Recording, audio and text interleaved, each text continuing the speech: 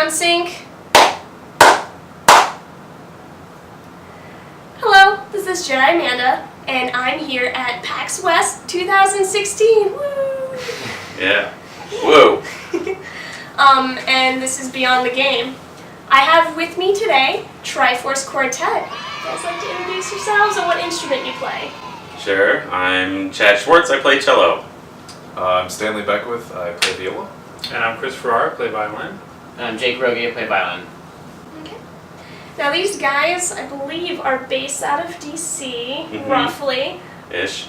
Ish. Good, yeah. But as I have, been learning, you guys live in different parts of the country. Do you want to give like a quick where you're from? From or live? I guess live. We'll do live. Okay, live. I'm in DC now, or Northern Virginia. I mean, that counts. If you're from the area, you can say, or if you're outside of the area, usually you say you're from DC because people will be confused. Correct. But Northern Virginia. Okay. I just, literally this last week moved a little bit further, like an hour outside of the Northern Virginia, suburbs area. And I just moved too, from Stony Brook to Brooklyn, so I'm in New York. Yeah. Okay. And I live down in Charlottesville, Virginia, which is just a couple hours from DC. Alright, so, as with any small ensemble, you guys practice. How do you guys practice if you guys, live kind of far-ish? We cram. Cram. We cram. So every time we have a gig, we get together and we rehearse. Anytime we end up in the same place, we get together and we rehearse. It's difficult at times, especially learning new repertoire, because we'll rehearse it for a chunk and then we'll go a long time without playing it at all. Yeah. And we have to come back together, and sometimes we've forgotten stuff that we've done. So it takes a while to learn newer stuff, but once we have it down, thankfully, we'll touch on it occasionally. Yeah, we do try to do it in small groups too. Like when three of us can get together, usually it's easier for the three of us in Virginia to get together. And sometimes, I guess one time or I can Skype in and just listen that's to right. hear. Do you guys utilize I can Skype kind of hear what's going on. So we can't really play with Skype because of the lag. We can't really play it together. Although I'm working on that. Oh, right. Sorry. But if three of the the three of us who are generally in the DC area get together, then Chris can Skype in and just at least contribute. No one needs the melody anyways. Yeah. Right. Yeah. Exactly. We don't need the first violin. Yeah. It's not important. So. But yeah, usually we get together maybe 2 days before whatever it is, and we just go crazy with it. Like today. Today we're going to be rehearsing for the next 6-7 hours. So, That's how people do it in college. Yeah. And if people know their parts well, especially in a quartet setting, if you know your part well and you've played it a couple times, you shouldn't have an issue putting it together. It's not like it's Paganini or something. Right. Although, Well, sometimes.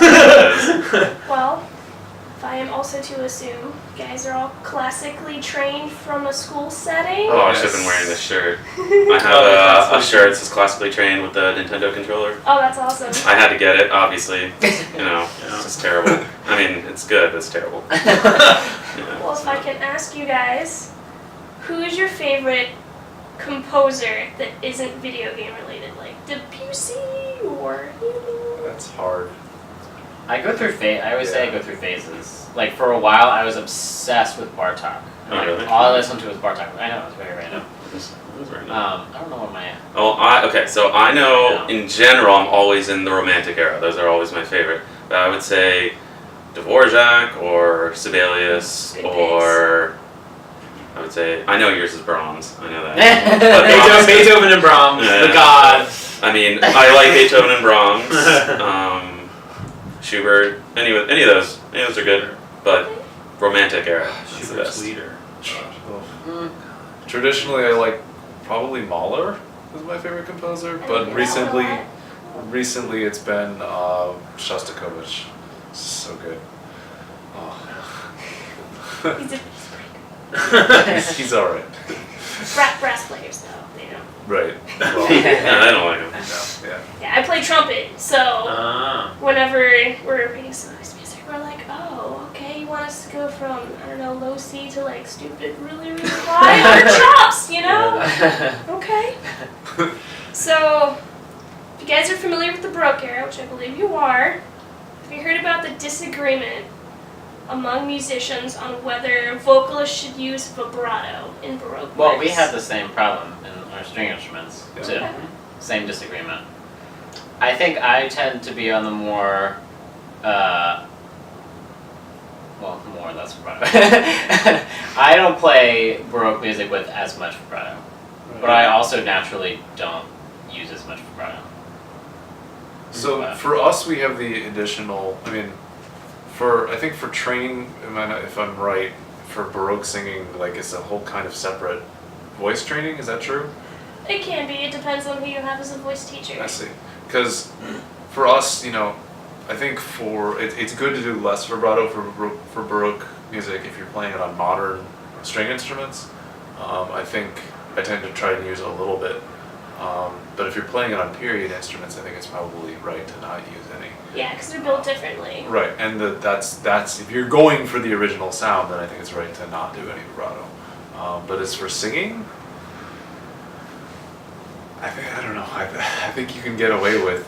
I think you can get away with whatever you want to do. Feuding, Yeah. at least at my college, about whether it should be done or not. So I that'll be guess interesting. I would just say do what sounds good like that. Yeah, I go by the rule like if it sounds good, then do it. I have a whole. But I mean it's gonna that's put up a can of opinion, worms. but that's Yeah. art too, Yeah. right? Everybody shouldn't sound the exact same. The so if composers you, like, wanted their stuff to sound good. Yeah. Do you know what I mean? So as long Like, as you make it sound good, then what's if the it problem? sounds good with vibrato, it's fine. Yeah. Okay. But they had like a whole revival. I remember we were talking about this with my teacher in 20s, 30s, 40s, 50s. Everybody was doing romantic versions of Bach.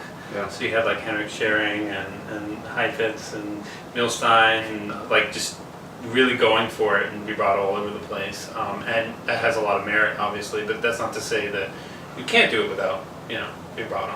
So, But I don't like this. There's one thing that my pet peeve is some of the Baroque players. They do strictly no vibrato, and then they do the wah. you know, like Wow! Oh no! If it's done tastefully, but when it's like all the time, it drives me nuts. sure. I'm like, Yeah. give me a I break. mean, anything where it's not good is really hard to listen to. Yeah. I should also add, my dad actually sings in a Renaissance era, and medieval era singing group. He's one of the assistant directors. And Oh, that's awesome. So I've heard a lot of like that period, like no vibrato, straight pitch singing of chants and things like that. I guess which is really awesome. Mentally, when I play Baroque music, I tend to go more for a pure idea of sound Yeah. versus romantic. You want to go for a warm thing. Mm-hmm. I guess is the general thing. Okay. But yeah. Well, now we'll move into some video game related questions, because I know the audience might be like, What? I don't know music. What is foreign language? Well, you just got a crash course. Right. I believe, Jed, you arrange a lot of the pieces? All but one. All but one. Yeah. Okay. Yeah. How long does it take to arrange a piece? An A average? stupidly long amount of time.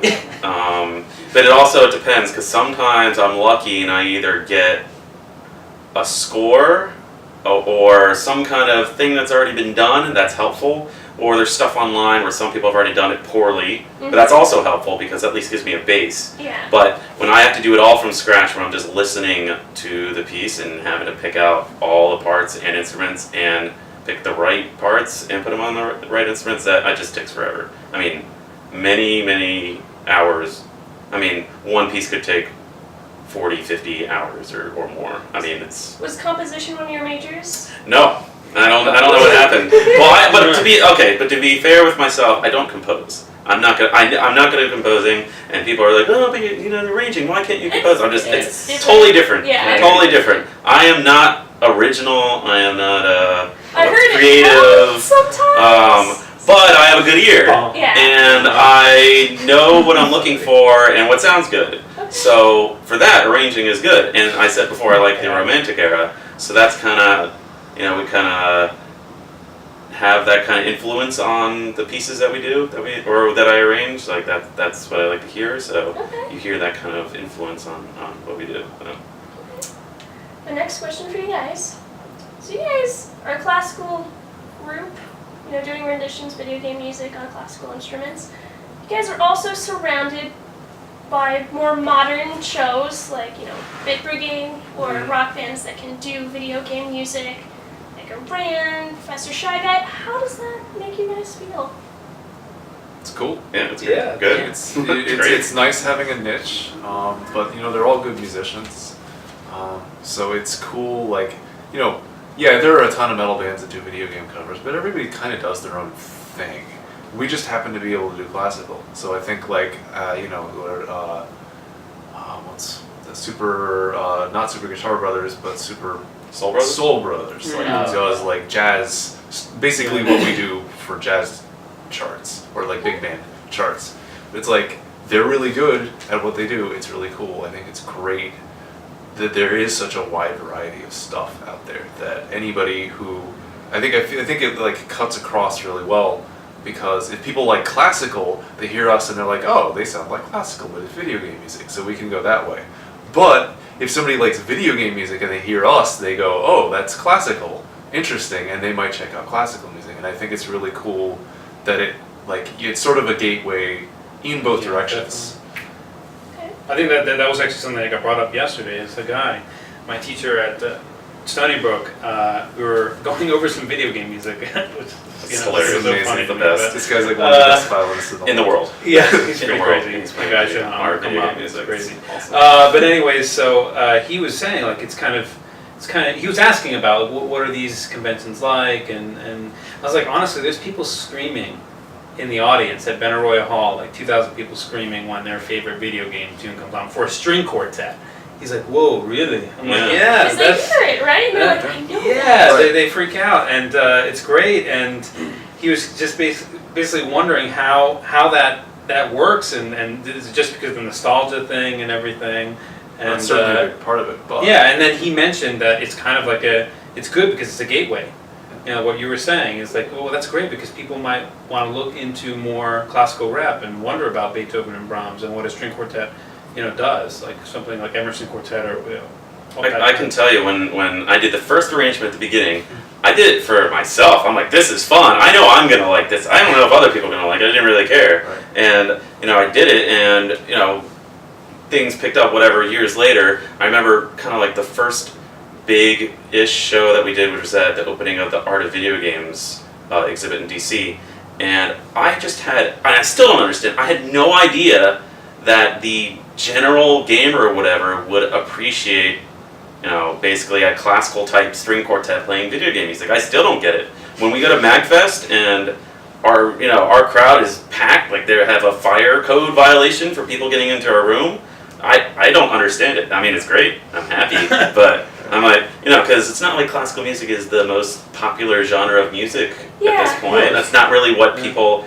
our age or younger listen to, except for us weirdos, or so it blows my mind all the time. And their minds get blown too, because sometimes they didn't realize that stringed instruments can do some of those things. Yeah. So if you listen to like the Final Fantasy boss medley, some of the stuff in there is like, wow, I didn't know those sounds, could happen. Or if you listen to Malak on our new album that just came out, there's a lot of extended technique that we do, especially Jake and Stanley, and I do a couple things here with like Ponticello that you don't normally hear in Mozart or something like that. So it's kind of unique for them to hear those things. I think it makes like a string quartet much more relatable for a lot of people too. They can connect with the music that we're playing.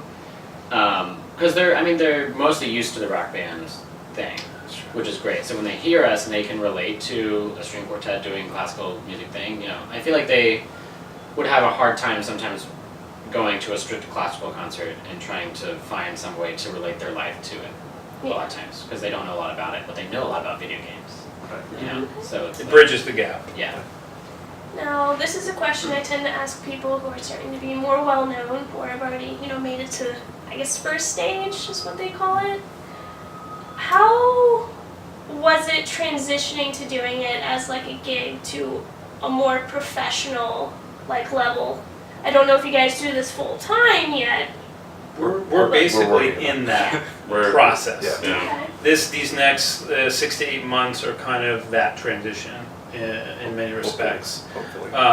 So we were somewhat limited because distance apart and Chris and everybody being in had, school and everybody had everyone like doing their own real things. jobs and doing their thing, and yeah, I was full time in school, which was very difficult. So I would travel, wherever, do the thing really quick, and then travel back. And sometimes it would be the same day. This guy's been Oh killing my. himself. Oh for So years. it'd be like 8 hours to wherever, and then I would drive back afterwards. So it was up to this point. It's been trying to do as much as we can within our own lives as well. But now we're kind of slowly transitioning into making it a more serious thing because there is a lot of potential, I think. Okay, so that's been like kind of a struggle you guys have had. I wouldn't say struggle, just kind of we're navigating. Yeah, it's a slow process. Fitting it in is hard, and making time for it is hard with everybody's schedules and everything. Basically, it's not at this point or has been realistic to make it a full-time job, or else we'd be on the street hungry. So everybody has to do their own thing in order to survive. But we do as much as we can because it's kind of like so far it's almost been like an awesome, amazing hobby. But now that we have a little more time, we're trying to actually turn it into hopefully more career, and this is what we can do. Yeah, like going on support tours. ourselves. Yep. And, With yeah. That's the plan for a year or two. Okay, that's pretty great. Yeah.